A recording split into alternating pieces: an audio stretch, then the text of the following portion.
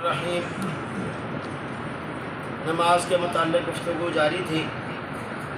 آج آداب یا مستحبات نماز کے بارے میں بات ہوگی۔ آداب یا مستحبات صلاۃ۔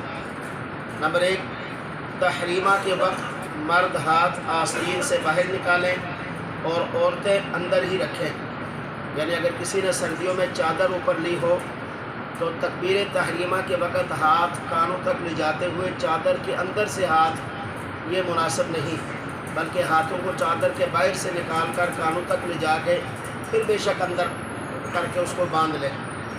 اسی طرح قیام اور رکوع کی حالت میں تقریباً 4 انگشت کا فاصلہ پاؤں کے درمیان چھوڑنا چاہیے۔ اصل اس کے لیے قاعدہ اور قانون یہ ہے کہ جتنی آپ کی ہپ ہے اس ہپ کے برابر پاؤں نیچے زمین پر ہو، نہ بہت زیادہ کھلے اور نہ بالکل ساتھ جوڑ کے، بلکہ ہر ایک اپنی قد و قامت کے اعتبار سے، جسم کے اعتبار سے جو ہپ ہوتی ہے اس کے بالکل سیدھے پاؤں نیچے آئیں۔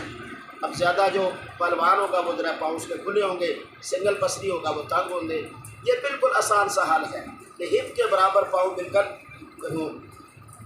منفرد کو رکوع سجود میں 3 مرتبہ سے زیادہ مگر طاق مرتبہ تسبیحات کہنا درست ہے۔ اکیلا آدمی نماز پڑھ رہا ہے، وہ 5 مرتبہ، 7 مرتبہ، 9 مرتبہ تسبیحات کہہ سکتا ہے۔ امام کے لیے 3 سے زائد کہنا مناسب نہیں ہے، کیونکہ امام کئی لوگوں کی رہنمائی کر رہا ہے، امامت کر رہا ہے، تو پیچھے جو ہے نا مختلف قسم کے معاملات ہوتے ہیں، بیمار بھی ہو سکتا ہے، جلدی میں بھی ہو سکتا ہے۔ ظاہر امام نے سب کا لحاظ رکھنا ہے، وہ 3 سے زائد نہیں کہہ سکتا، اکیلا جتنی مرضی کہے۔ قیام کی حالت میں نگاہ کو سجدہ کی جگہ رکھنا، رکوع کی حالت میں پاؤں کی پشت پر، اور جلسہ اور قعدہ کی حالت میں گود میں، اور سلام کے وقت اپنے کندھوں کے اوپر دونوں نظر رکھنا، یہ مستحب ہے۔ اسی طرح جمائی کے وقت منہ کو بند رکھنا، قیام کی حالت میں دائیں ہاتھ کی پشت سے اور باقی حالات میں بائیں ہاتھ کی، یعنی الٹے ہاتھ کی جو پشت ہے اس سے جو ہے وہ منہ کو بند کر دیا جائے۔ اگر مثال کے طور پر آدمی کھڑا ہے تو کھڑے کی حالت میں یوں کر کے، اور باقی حالت میں یوں۔ اور یہ یاد رکھنا چاہیے بزرگ حضرات خصوصی طور پر بعض دفعہ تو نماز کے دوران ہی بعض دفعہ جمائی لیتے ہوئے وہ آواز بھی نکال دیتے ہیں، جمائی لی نا اور اس کے ساتھ کر کے جو بے دہانے سے، اگر اس جمائی میں آواز نکالتے ہوئے لفظ بن گیا، لفظ، نماز ٹوٹ جائے گی۔ اور یہ شیطان کی طرف سے ہوتا ہے۔ نبی پاک صلی اللہ علیہ وسلم نے فرمایا چھینک اللہ کی طرف سے ہے اور یہ جمائی کس کی طرف سے ہے؟ شیطان کی طرف سے۔ اس کو روکنا چاہیے۔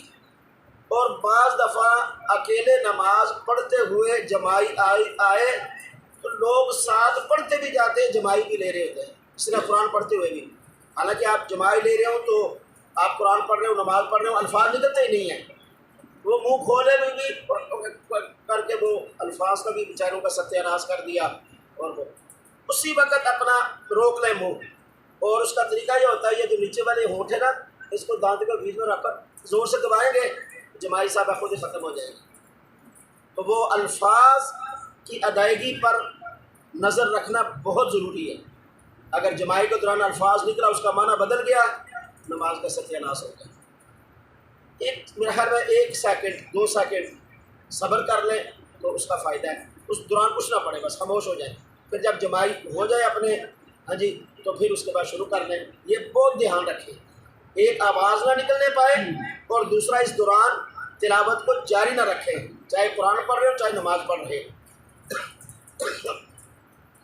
اسی طرح وہ اشیاء جن سے نماز ٹوٹ جاتی ہے، اب آج کل 2 دن رہ گئے، اس لیے تھوڑا سا ذرا برداشت کیجیے گا، 1-2 چیزیں، تاکہ وہ کیا نام ہے وہ پوری ہو جائے، پھر سال کے بعد باری آئے گی۔ وہ چیزیں جن سے نماز ٹوٹ جاتی ہے انہیں مفسدات صلاۃ کہا جاتا ہے۔ نمبر 1، نماز میں کلام کرنا۔ کلام کرنے سے نماز فاسد ہو جاتی ہے، بشرطے کہ کلام الناس سے ہو۔ نماز کے دوران بھولے سے کوئی آدمی کوئی بات چیت کر لے، کسی سے منہ سے کوئی ایسی بات نکل جائے جو لوگوں سے کرنے والی ہوتی ہے، نماز ٹوٹ گئی۔ نماز کے دوران مصافحہ کرنا، نماز میں سلام کرنا، عمدن سلام کرنا جو ہے وہ مفسد صلاۃ ہے اور سہون مفسد نہیں ہے۔ سلام بھولے سے ہو جائے، یا کسی آدمی نے آ کر کہا السلام علیکم تو نمازی نے غلطی سے وہ بے دھیانی سے اس کے سلام کا جواب دے دیا، نماز کے دوران خود اگر غلطی سے یا بھولے سے سلام کہہ دیا تو نماز نہیں ٹوٹے گی، جان بوجھ کر کہاں ٹوٹ جائے گی، لیکن کسی نے آ کر السلام علیکم کہا تو اس کا جواب دے دیا پھر نماز ٹوٹ جائے گی، کیونکہ یہ کلام الناس ہے۔ اس لیے میں بارہا عرض کرتا رہتا ہوں، حالانکہ بات معمولی سی ہوتی ہے، کچھ لوگ اس کو سمجھتے نہیں، بات صرف سمجھنے والی ہوتی ہے کہ آپ مسجد میں آئے، آپ نے آ کر دیکھا لوگ نماز پڑھ رہے ہیں، قرآن پڑھ رہے ہیں، تو پھر اونچی سلام لینے کی ضرورت نہیں ہے۔ جو نمازی حضرات صف میں بیٹھے نماز کی انتظار میں ہوتے ہیں ان کو سلام کرنا بھی مناسب نہیں ہے۔ اصل سلام کیا ہے؟ جب آپ جو آداب میں ہے، جب آپ باہر آئے، جوتی اتاری، مسجد میں داخل ہوئے، ہاں جی، بسم اللہ والصلاۃ والسلام علی رسول اللہ اللہم افتح لی ابواب رحمتی کہہ کے داخل ہوئے، دیکھیں اگر کوئی آدمی ہے تو اسے السلام علیکم کہہ دیں، نہیں ہے تو پھر السلام علینا وعلی عباد اللہ الصالحین کہہ کے آ جائے۔ مسجد کے اندر جہاں لوگ نماز میں مشغول ہیں، سنتوں میں مشغول ہیں، قرآن کی تلاوت میں مشغول ہیں، ذکر و اذکار میں مشغول ہیں، وہاں سلام کرنا آداب کے خلاف ہے۔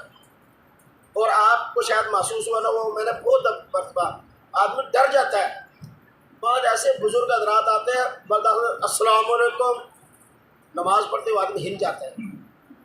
آپ تجربہ کر کے دیکھ لیں اگر نہیں کیا تو، اب یہ کیا ہو گیا پتہ نہیں۔ اور کچھ لوگ اس کو ضد میں آ کر کہتے ہیں، میں نے یہ مسجد میں محسوس کیا، حالانکہ دین نہ میرا ہے نہ کہ میرے کسی بڑے کا نہ کسی کا، آداب جو ہے وہ دین سکھاتا ہے، آداب کے لحاظ سے چلتے ہوئے دین پر عمل کرنا یہی پسندیدہ ہے۔ کہ بھائی اصل سلام کا مطلب کسی کو تنگ کرنا تو نہیں، نیکی کمانا ہے، کسی کی نماز توڑ دیں گے تو کیا نیکی، قرآن پڑھتے ہوئے کسی کو ڈرا دیں گے تو کیا ہے، ہاں زیادہ ہی ہے تو میں نے کہا جہاں اگر آپ بیٹھتے ہیں دائیں بائیں جو ہے اس سے آہستہ سے السلام علیکم، نیکی مل گئی۔ جب آسانی سے مل جائے تو مشکل میں ڈالنے کی ضرورت ہی نہیں۔ اسی طرح نماز میں چھینک والے کو یرحمک اللہ کہنے سے بھی نماز ٹوٹ جاتی ہے۔ خود نماز میں چھینک آ کر غلطی سے الحمدللہ منہ سے نکل گیا تو نماز نہیں ٹوٹے گی۔ کسی نے چھینک مار کر الحمدللہ کہا تو نمازی نے اس کا جواب دے دیا یرحمک اللہ، نماز ٹوٹ جائے گی، کیونکہ اس کا جواب ہے کلام کا لوگوں سے۔ اسی طرح نماز کے اندر ہی کوئی باہر دعا مانگ رہا تھا، اس نے تھوڑی اونچی دعا مانگی، یہ بے دھیانے سے اس کی دعا پہ آمین کہہ دیا، نماز ٹوٹ جائے گی۔ اذان کا جواب دینے سے نماز ٹوٹ جائے گی نماز کے اندر۔ اسی طرح کوئی بشارت سن کے کسی نے کوئی خوشخبری آ کر مسجد میں اونچی کسی کو سنائی، یہ نماز پڑھ رہا تھا، جوش میں آ کے کہا دیا الحمدللہ کتنا اس کو اچھا کچھ ملا، نماز ٹوٹ جائے گی۔ ویسے خود الحمدللہ نکل جائے گی ٹوٹتی، کیونکہ وہ تو اللہ کی تعریف ہے، جواب کے اندر تو نماز ٹوٹ جائے گی۔ اسی طریقے سے کسی کی تکلیف کی خبر سن کر انا للہ و انا الیہ راجعون کہنے سے نماز ٹوٹ جائے گی۔ کوئی عجیب خبر سن کر سبحان اللہ کہا، ٹوٹ جائے گی۔ کسی چیز کے نیچے گرنے پر بسم اللہ پڑھنے سے نماز ٹوٹ جائے گی۔ کسی ناگوار بات سننے پر لا حول ولا قوت کہا، نماز ٹوٹ جائے گی۔ دکھ درد کی وجہ سے کراہنے، ہاں جی، کوئی تکلیف تھی جسم کے اندر کہیں بھی تو آہ اوہ اف ہائے یہ الفاظ نکل گئے تو نماز ٹوٹ جائے گی۔ لفظ بن گیا ایسا تو پھر اس سے نماز ٹوٹ جائے گی۔ کسی دنیاوی رنج اور مصیبت میں یا دنیاوی غرض کے لیے آواز کے ساتھ رونے سے نماز فاسد ہو جائے گی۔ لیکن اگر کوئی آدمی معنی جانتا ہو، سمجھتا ہو، مفہوم سمجھتا ہو تو تلاوت سنتے ہوئے یا کرتے ہوئے رونا آ جائے تو پھر نماز نہیں ٹوٹتی۔ لیکن اگر ویسے ہی یعنی وہ آ جائے، الفاظ نکل جائے، رونا آ جائے، ہاں جی، وہ آواز کے ساتھ، تو پھر نماز ٹوٹ جائے گی۔ اور یہ جو قرآن کریم کو پڑھتے سنتے ہوئے یہ بھی معنی اور مفہوم سمجھتے ہوئے روئیں گے تو تب ہوگی۔ عرب کے اندر تو وہ ہوتا ہے ایسے، کیونکہ وہ معنی ہمارے یہاں بعض دفعہ حفاظ میں نے دیکھا، وہ دیکھا دیکھی ایسے ہی رو پڑتے ہیں۔ ہمارے ایک حافظ صاحب تھے، میں اس کا سن رہا تھا، کافی سال پہلے کی بات ہے، اب وہ تراویح پڑھ رہے، پڑھتے پڑھتے پڑھتے وہ سورہ مریم کے اندر آئے، جب وہ حضرت مریم علیہ السلام کا قصہ بیان ہوا تو وہ جو ان کی درد ذیل کا قصہ تھا وہ ادھر رو پڑا۔ میں پیچھے کھڑا پڑا، حیران ہوا کہ یہ رونے والی جگہ تو ہے نہیں، وہ تو ہے ڈر سے، اللہ کے خوف سے، جہنم کے ایسے ہوئے۔ وہ بعد میں نے اس سے پوچھا بھائی یہ کون سی رونے والی جگہ تو جہاں رو پڑا ایسے ہی نماز کے اندر ہی؟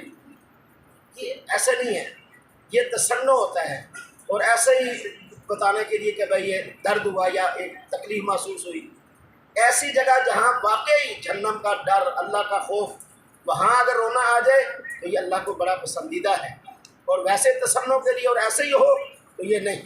تو اللہ یہ بھی جاری ہے، اللہ ہمیں عمل کی توفیق دے، باقی انشاءاللہ کل